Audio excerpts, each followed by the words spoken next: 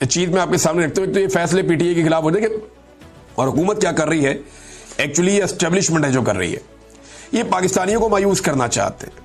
लेकिन इमरान खान ने पाकिस्तान की एस्टेब्लिशमेंट के साथ एक टेस्ट मैच शुरू कर दिया है। पहले शायद इमरान खान को जल्दी होती थी या उनकी पार्टी को जल्दी होती थी कि इमरान खान को फौरी तौर पे बाहर निकाला जाए, ये वाला मामला किया जाए, यहां पे अपील की जाए, ये वाला मुकदमा लड़ा जाए, फलां एहतजाज को तेज किया जाए। लेकिन इमरान खान साहब को अब जल्दी कोई नहीं है। ऐसा लगता है कि इमरान खान साहब ने अपने आप को बड़ी अच्छी तरह एडजस्ट कर लिया और कन्विंस कर लिया है कि मैं अब इस निज़ाम के साथ एक लंबी लड़ाई लड़ूंगा। और एक टेस्ट मैच इमरान खान और मौजूदा पाकिस्तानी मिलिट्री एस्टेब्लिशमेंट के दरमियान शुरू हो गया। अब ये जो टेस्ट मैच है, इसमें अभी तो 2 महीने का एक प्लान आया कि एहतजाज अभी शुरू होगा, 5 अगस्त को पीक पे जाएगा, उसके बाद फिर क्या क्या होगा, किस किस मरहले से गुजरेगा, ये पूरा एक कंप्रीहेंसिव प्लान है पाकिस्तान तहरीक इंसाफ के पास। इनके लोग गिरफ्तार भी होंगे, लोग निकला करेंगे, एहतजाज किया करेंगे। ये निजाम नहीं चलेगा इस तरह। देखिए होता क्या है कि हुकूमत की कोशिश है किसी तरह निजाम चले। एक साहब गिरफ्तार होकर आए, वो इंटरव्यू दे रहे थे, यानी गिरफ्तार क्या हो गया, लापता होकर ही आए, और वो बात कर रहे थे शाकिर अवान साहब के साथ। तो उन्होंने कहा जी देखिए, मुझे ये कहा गया कि अगर गलत लड़के लड़की की भी शादी हो जाए ना, तो फिर भी वो रिश्ता निभाना पड़ता है, चलाना पड़ता है। हम तो इनको हुकूमत दे चुके हैं, अब जो भी है टाइम तो गुजारना पड़ेगा। यानी इस तरह की बातें भी की जाती है। तो ये हुकूमत को अब धक्का लगा रही है एस्टेब्लिशमेंट, लेकिन ये इसका बोझ कब तक उठाएंगे, ये बहुत बड़ा प्रॉब्लम है। ऐसा लगता है कि दोनों एक दूसरे के खिलाफ होना शुरू हो गए, और इसका आगाज सहाफियों की जानिब से हो गया है कि जो एस्टेब्लिशमेंट के सहाफी हैं वो पीडीएम के ऊपर मलबा डालते हैं, और जो पीडीएम की जमातों के सहाफी हैं वो एस्टेब्लिशमेंट में मलबा डालते हैं। ये सिलसिला अब शुरू हो चुका है, और इसमें एस्टेब्लिशमेंट ने अब बाजू में रोड़ना शुरू करने हैं पीएमएलएन और पीपल्स पार्टी के भी बहाने से। तो ये चीजें आप आने वाले दिनों में देखेंगे। देखिए इमरान खान साहब ने टेस्ट मैच की बुनियाद रख दी है, क्योंकि उनके पास ये इंफॉर्मेशन है कि मौजूदा हुकूमत और एस्टेब्लिशमेंट के पास मईशत चलाने का कोई प्लान नहीं है। पाकिस्तान दुनिया का वो मुल्क बन गया है जहां से सबसे ज्यादा लोग पाकिस्तान छोड़कर चले गए हैं। कोई मुल्क से जाने वाले लोग जो हैं, जिन्होंने अपने मुल्क को अलविदा किया, उनमें नंबर 1 पे पाकिस्तान है पूरी दुनिया में। आबादी में हम नंबर 1 नहीं है, बहुत नीचे है, लेकिन हम दुनिया में नंबर 1 है जो लोग मुल्क छोड़कर चले गए।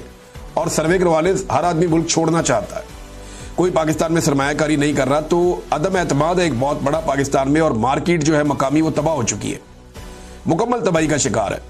और इस एस्टेब्लिशमेंट के पास किसी किस्म का कोई भी माशी प्लान नहीं है। हाँ, ये जरूर है कि जो एस्टेब्लिशमेंट में बैठे हुए कुछ लोग हैं वो दिहाड़ियां लगा रहे हैं। जैसा कि आपको याद होगा कि जावेद लतीफ साहब ने कहा था कि एजेंसियों के कुछ लोगों ने इलेक्शनों में दिहाड़ियां लगवाई और उन्होंने लोगों से पैसे ले लेकर सीटें बांटी है, और जिन्होंने पैसे नहीं दिए उनको सीटें नहीं दी गई।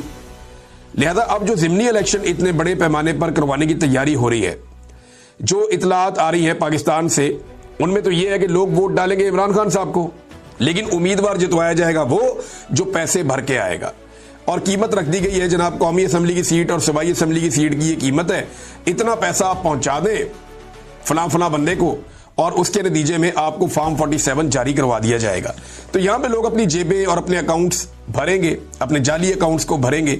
लेकिन इंटरेस्टिंग चीज मैं आपको बताता हूं जो बहुत ही इंटरेस्टिंग है, ये जो मर्जी कर ले अल्टीमेटली इनको शिकस्त होनी है। अभी जो अफसरान अपनी ट्रांसफर पोस्टिंग के पैसे भरते हैं ना कई लोग, ये हमेशा से पाकिस्तान में सिलसिला चलता है। अफसरान ने पैसे भरने बंद कर दिए, अब वो कोई पोस्टिंग और ट्रांसफर लेने को तैयार नहीं, काम ही रुका हुआ है। देखिए ना, अफसरान की जेबें भी तब भरती हैं जब कोई काम चल रहा हो। ब्यूरोक्रेसी की मुझे तब होती है जब मुल्क के अंदर मईशत का साइकिल चल रहा हो, फिर उनकी मौज होती है। अब मईशत का साइकिल चल नहीं रहा, तो लोग अब ट्रांसफर पोस्टिंग के लिए भी पैसा खर्च नहीं कर रहे। 2-4 चीजें मुझे पता चली कि फलां पोस्ट के लिए फलां बंदा पैसे भरना चाह रहा था, लेकिन उसने इनकार कर दिया, जी मैं नहीं।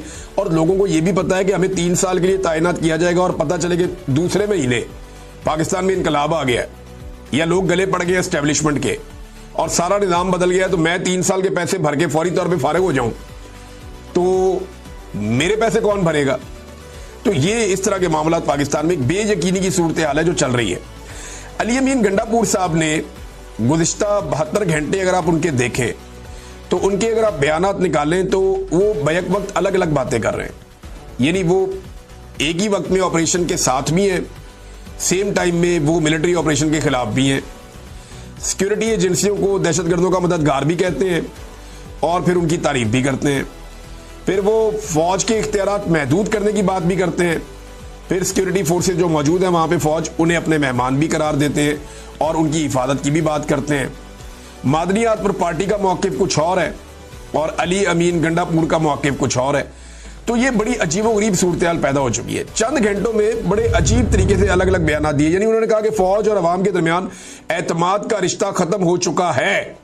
ये किसने कहा? अली अमीन गंडापुर ने कहा कि फौज और अवाम के दरमियान एतमाद का रिश्ता खत्म हो चुका है, ये गंडापुर ने कहा। और उसकी वजह वो फौजी क़यादत के फैसलों को करार देते। अब वो कह रहे हैं कि साजिश हो रही है कि अवाम और फोर्सेज के दरमियान अदम एतमाद पैदा किया जा रहा है, मिलकर ऐसे लोगों को बेनकाब करना। यानी एक दिन पहले खुद ही एक बात कर रहे हैं, अगले दिन कह रहे हैं नहीं ये साजिश है। तो क्या एक दिन पहले अली अमीन गंडापुर साहब साजिश कर रहे थे? यानी मुझे बहुत हैरत हो रही है कि गंडापुर साहब को क्या हो गया और वो खुद भी कंफ्यूज हैं। ऐसा लगता है वो समझ नहीं पा रहे कि उनको क्या कहना है और क्या नहीं कहना। मुराद सईद साहब का मौक़िफ़ बिल्कुल मुख्तलिफ है, अली अमीन गंडापुर का मौक़िफ़ बिल्कुल मुख्तलिफ है। ये दोनों इमरान खान के काबिले एतबार साथी हैं। इमरान खान साहब के दो ऐसे साथी जो अगर आप कहें खैबर पख्तूनख्वा में सबसे ज्यादा इमरान खान साहब के करीब रहे, जिन पे उन्होंने बहुत ज्यादा एतमाद किया, तो यानी दो, बाकियों में से दो और बहुत सारे हैं। झगड़ा साहब पे इमरान खान साहब को बड़ा भरोसा है और बहुत सारे दोस्त हैं उनके इमरान खान साहब के। जुनैद अकबर पे बड़ा वो भरोसा करते हैं, बाकी लोगों पे भी करते हैं। लेकिन अली अमीन और मुराद सईद की एक जगह है। अब मुराद सईद बिल्कुल एक डिफरेंट लाइन लेते हैं, अली अमीन बिल्कुल एक डिफरेंट लाइन ले रहे हैं। दोनों का जमीन आसमान का फर्क है। लेकिन इमरान खान साहब का मौक़िफ़ जो है वो मुराद सईद के मौक़िफ़ के करीब तर है। मुराद सईद ने कहा, मेरे पाकिस्तानियों, आपको अंदाजा नहीं कि मार्टर गोलों, गनशिप, हेलीकॉप्टरों और ड्रोन्स के साए में अमन की आवाज़ उठाना कितना मुश्किल है। बंदूक की नाली के सामने अदम तशद्दुद का नारा बुलंद करने के लिए कितनी जुर्रत दरकार होती है। बाजोड़ के अमन के लिए निकलने वालों को सलाम। अमन के लिए मुत्तहिद करने वाले बगैर इश्तिहार और बैनर पोस्टर के मुहिम कैसे चलाते हैं? जब रियासत ही अमन के बजाय जंग का फैसला कर चुकी हो तो फिर जंग रोकना और अपने घर बचाना कितना मुश्किल टास्क है। इसलिए आप सबसे दरखास्त है कि अमन का साथ दो और जो साथी ये मुश्किल तरीन काम कर रहे हैं उनकी आवाज़ बनो। अगर ये कामयाब हो गए तो इनकी कोशिश आपके घरों को भी इस आग से बचा लेगी जिसकी तपिश ने हमारे घर राख कर दिए थे, तो झुलसे आपके आंगन भी थे। ये उन्होंने बताया कि जिरगों का क्या मामला है और इससे पहले कौन कौन से तरीकों से लड़ाइयाँ पाकिस्तान के ऊपर मुसल्लत की गई अवाम के ऊपर, और अब किस किस तरीके से जिरगों का उन्वान देकर क्या क्या हरकतें की जा रही हैं, और सेफ हाउसेज के अंदर किस तरह 5 अफराद ने मिलकर मीडिया को जिरगे के टिकट जारी करवा दिए कि जनाब जिरगा हो गया है। तो अमन तहरीक के ऊपर उन्होंने जोर दिया। फिर उन्होंने कहा कि लाखों लोगों की मौजूदगी में बीच चौक गूंज रहा है जो बयानिया है अवाम का कि ऑपरेशन नामंजूर, डॉलरी जंग नामंजूर, वसाइल पर कब्जा नामंजूर, नया तजर्बा नामंजूर। कौम नोट कर ले कि जो है कौम को अब ये कोशिश करनी पड़ेगी। मुश्किल तरीन हालात में हमने तहरीक चलाई है और अभी तहरीक चलानी है। साथ उन्होंने कहा कि इमरान खान का मौक़िफ़ वाज़ेह है कि उनके नाम पर आपको वोट मिला है, इसलिए वाज़ेह तौर पर बता दूं कि अमन पर कोई समझौता नहीं, कौम पर कोई समझौता नहीं। हर तरफ एहतजाज हो रहा है, रुला पड़ा हुआ है। ऊपर से 5 अगस्त की तारीख करीब आ रही है, पाकिस्तान तहरीक इंसाफ का मोमेंटम बन रहा है। जुनैद अकबर साहब ने बहुत सारी वीडियोस शेयर की हैं। पंजाब के अंदर एक्टिविटीज़ हो रही हैं, सिंध के अंदर एक्टिविटीज़ हो रही हैं, बलूचिस्तान और ख़ास तौर पर खैबर पख्तूनख्वा में बहुत बड़े पैमाने पर एक्टिविटीज़ हो रही हैं। एक तरफ एहतजाज का मोमेंटम बन रहा है तो दूसरी तरफ जो ऑपरेशन का मोमेंटम है वो भी बनाया जा रहा है। मुराद सईद ने कहा कि परसों ही मैंने कहा था कि कमिटमेंट्स पूरे करने के लिए माफिया ने ऑपरेशन का इरादा कर लिया है और आज आप बाजोड़ के मनाजिर देख रहे हैं।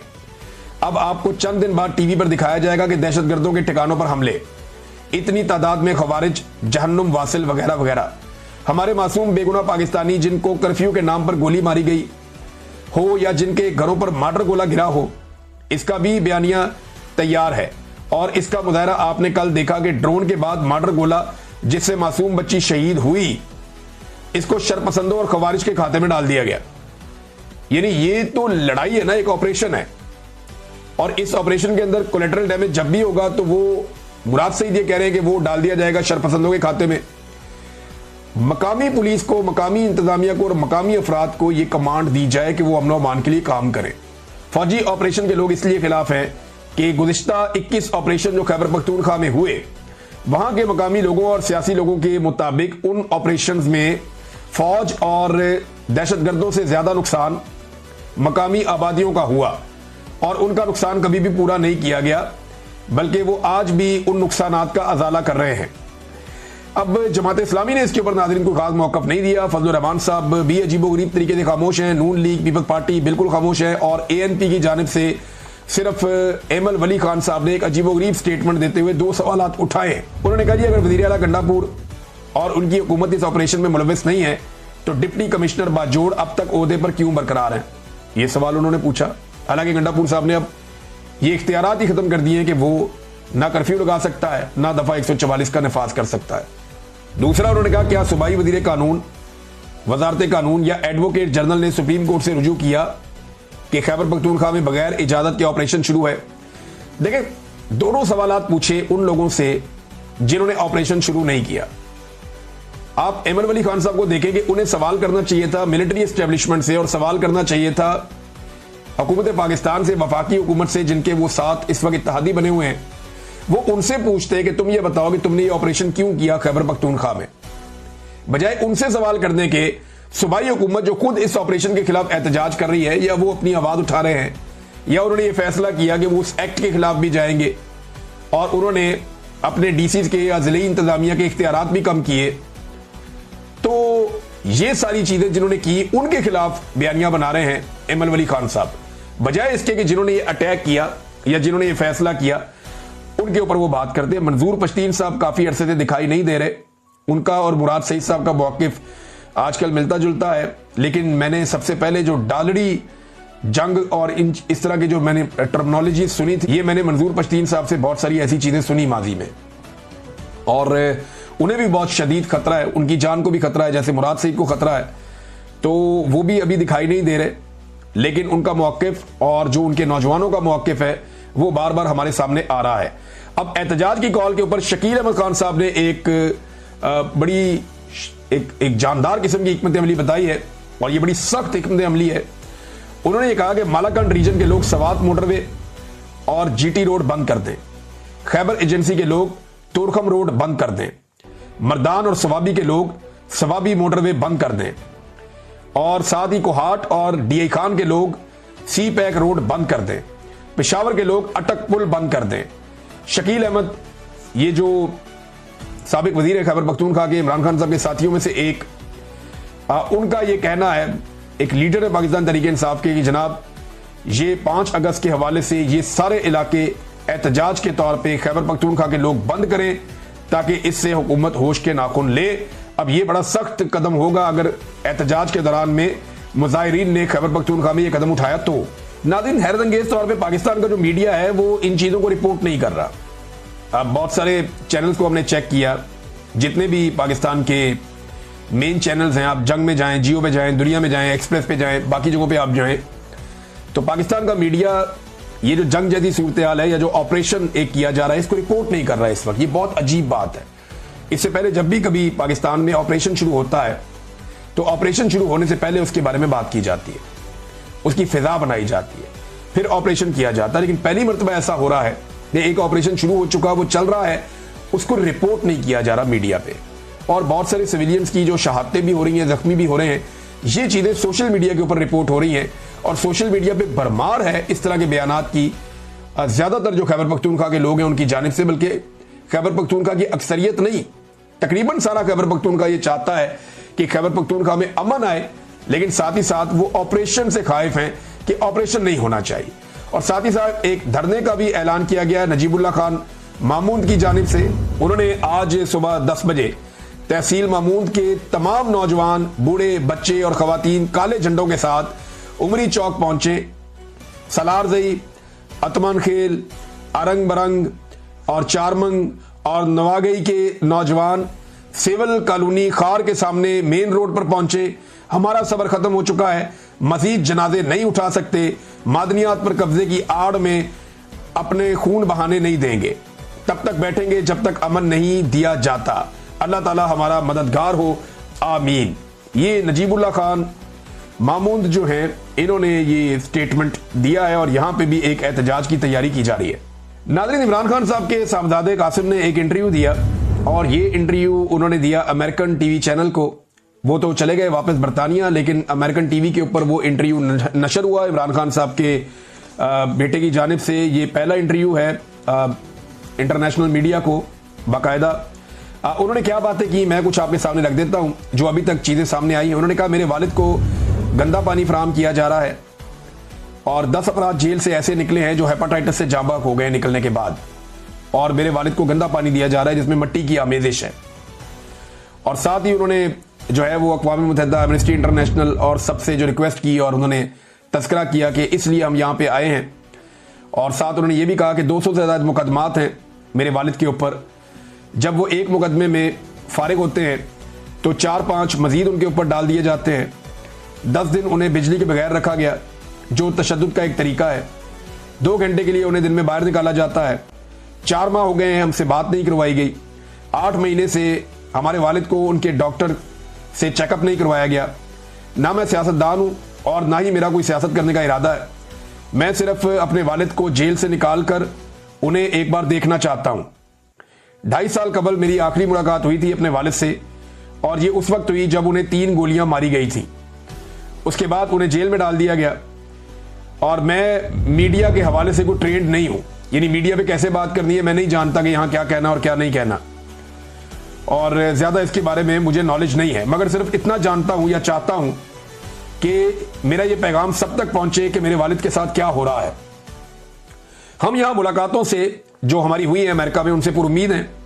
फिर एक सवाल के जवाब में उन्होंने कहा जी आसिम मुनीर को जिम्मेदार करार दिया जो इस वक्त इंचार्ज हैं और उनकी मुद्दत इस साल खत्म हो रही थी मगर वो 2 साल मजीद जारी रखने जा रहे हैं और उन्होंने एक डिक्टेटरशिप इसको करार दिया है। और यही इंप्रेशन है कि उनकी वजह से मेरे वालिद जेल में है पाकिस्तान में, आसिम मुनीर साहब की वजह से। और साथ उन्होंने ये भी कहा कि मेरे वालिद पर शदीद सख्तियों के बावजूद वो कैद खाने में से 2 तिहाई अक्सरियत से इलेक्शन जीत गए।